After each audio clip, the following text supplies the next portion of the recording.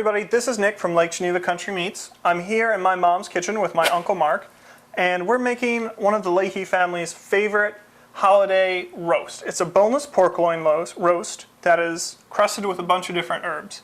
Now, we all love a good beef roast, rib roast, New York strip roast, something like that, but sometimes something a little lighter is in order, so this boneless pork loin is great. We have a 2-pound one here. You can go 2 to 6 pounds, about ½ pound per person to feed everybody. But it's a great roast and it's a great flavor.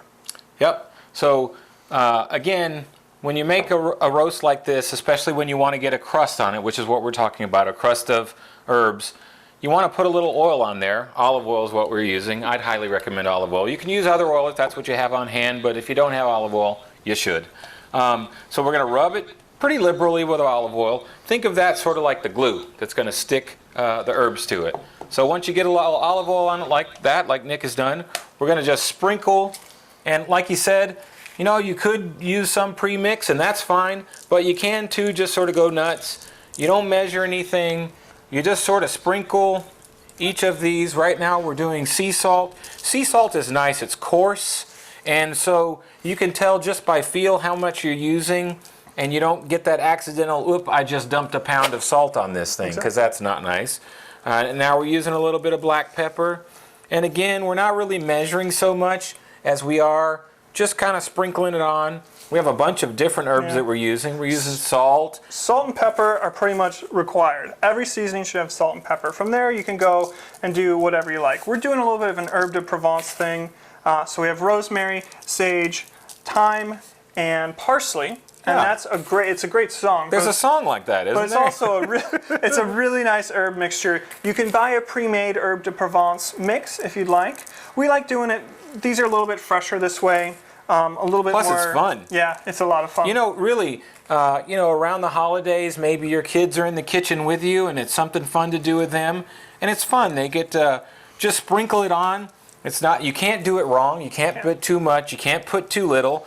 And so at the end, they can't have messed it up, but they know they were part of it, and I think that adds to the holidays. I agree. And the nice thing about doing it this way, too, is I like to say more than by looks. I like to do the seasoning by smell. Because once you can really smell a nice fresh herb flavor on the pork, you know you've done a good job with the rub, and you know it's ready to go. So you'll see how this is just evenly coated. It's green all over and all the herbs. We're patting it down. That's just because you want to make sure they stay on, right? Exactly. So once we put this in the oven, the oil and the herbs together are going to form, like we said, kind of like a crust. And when you slice it, you're going to have that little edge on the outside, just like a pizza crust on the outside. And you have the meat in the middle and then that nice crust on the outside to add a little flavor to every bite. It's really awesome. So we're going to put this on a roasting pan, on a rack on top of a roasting pan. And we're going to put this in the oven. We're going to cook it at 350 degrees for 15 minutes per pound. Like I said, this is about a 2-pound, 3-pound roast. So we're going to go for 30 minutes. The pork should be 145 degrees internal temperature when it's done. So after it's done cooking for the 30 minutes that we calculated, we're going to go take a temperature, see if it's reached the right temperature, and add or subtract time. Yeah, well, that's a great tip. You don't ever want to say, well, it's been exactly the right amount of time, so it's done. With pork or with turkey, you want to put a temperature probe in there and say, oh, it's right, good, I'm good to go. If you have to add another 5 minutes of cook time, no big deal. So we always recommend you want to check it. Even when you say, okay, I'm done with the amount of time, let's check it and make sure we're good. So that's a great tip. So we're going to let it cook, and we'll be back when it's ready to pull out, and we'll see you then. Okay, we've had our boneless pork loin roast in the oven. That's right. It's reached a wonderful temperature of 145 degrees. People used to go higher on pork, but now the guideline is 145 degrees internal temperature. Which is nice. It's a little more tender that way. Yep, nice, a little bit more tender, juicy. You want to pull it out? I will. Let's see here. Grab the... Oh boy. Oh, yummy. Oh, you can just... And this is why I like using an actual herb mixture. If you have fresh garden-grown herbs, it's even better. But doing it yourself, you can... Just the herb smell off of this is delicious. I wish we had smell-o-vision. Have we said that before? I've heard that before. Smell-o-vision and taste-o-vision would be very nice. So we want to carve it right away. Can't do it, can we? What we're going to do is we're going to take it off the pan and we're going to let it rest. And in case you haven't heard, the reason you want to let, especially a nice large piece of meat rest, is because when you cook it at heat, the moisture all kind of gathers into the center. And so the edges get kind of dry.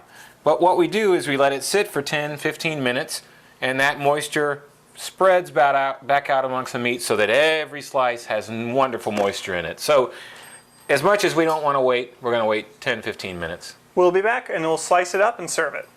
Okay, so we've let the roast sit. Hey, Nick, is this the magic of Webovision? We had one roast, now we have two. What's going on there? So the great thing we do with pork loin roast, and this is a butcher trick, it's what you get for shopping at a butcher store, is we take, this is one full pork loin, we take and we put two together to make a nice round cylinder instead of kind of this half cylinder, and we net them together. It cooks really nice that way, but then when we go to slice, we take the net off, and we're going to cut each one individually. Okay, I was just making sure there wasn't some magic going on, No besides magic. the marvelous cooking. Just the marvelous cooking. There you go.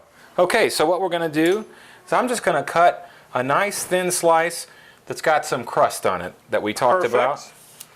And once we have that slice, I think you're going to put your, oh man, the juices are just, wow. All right, what I'm going to do is put that out. I'm going to cut another nice slice beside it, and then you're going to spread your gravy on there, right? Yep, I made a little white wine sauce. It goes great with pork. It also works with chicken, but so we're just going to spoon a little bit of this over, just like that. Don't need too much. There's some shallot in here that adds to the flavor. And we're all set with a delicious herb crusted pork loin roast. This is a great alternative for somebody that isn't a big beef eater or to go along with beef. It's a nice roast for Christmas or anytime you're trying to feed a crowd.